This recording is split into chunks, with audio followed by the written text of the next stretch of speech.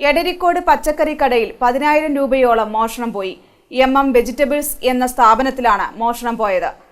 കടയുടമ കോട്ടക്കൽ പോലീസിൽ പരാതി നൽകിയിരിക്കുകയാണ്.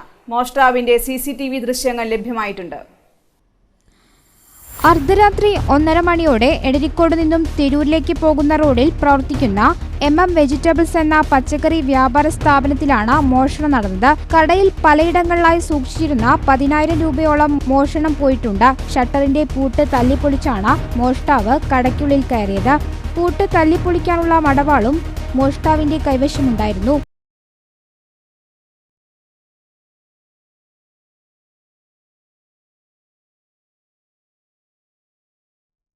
കാക്കി ഷർട്ട് മാത്രം ധരിച്ച മധ്യവയസ്കൻ കടയ്ക്കുള്ളിൽ കയറുന്നതും മേശവലിപ്പിലും മറ്റും സൂക്ഷിച്ചിരുന്ന പണം ടോർച്ചിന്റെ സഹായത്താൽ കണ്ടെത്തിയെടുക്കുന്നതും ദൃശ്യങ്ങളിലുണ്ട്. ചാരിറ്റിക്കാർ സ്ഥാപിച്ച ചാരിറ്റി ബോക്സ് അടക്കം എടുത്തുകൊണ്ടുപോയി. ചില്ലറ തുട്ടുകൾ സൂക്ഷിക്കുന്ന കുടുക്കയും മോഷ്ടാവ് കവർന്നിട്ടുണ്ട്.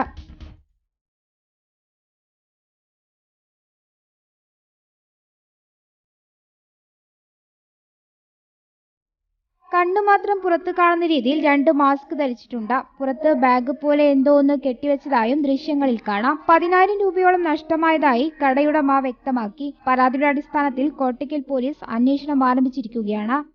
News bureau, Kottakkal. Hayat golden diamonds, Valanchery.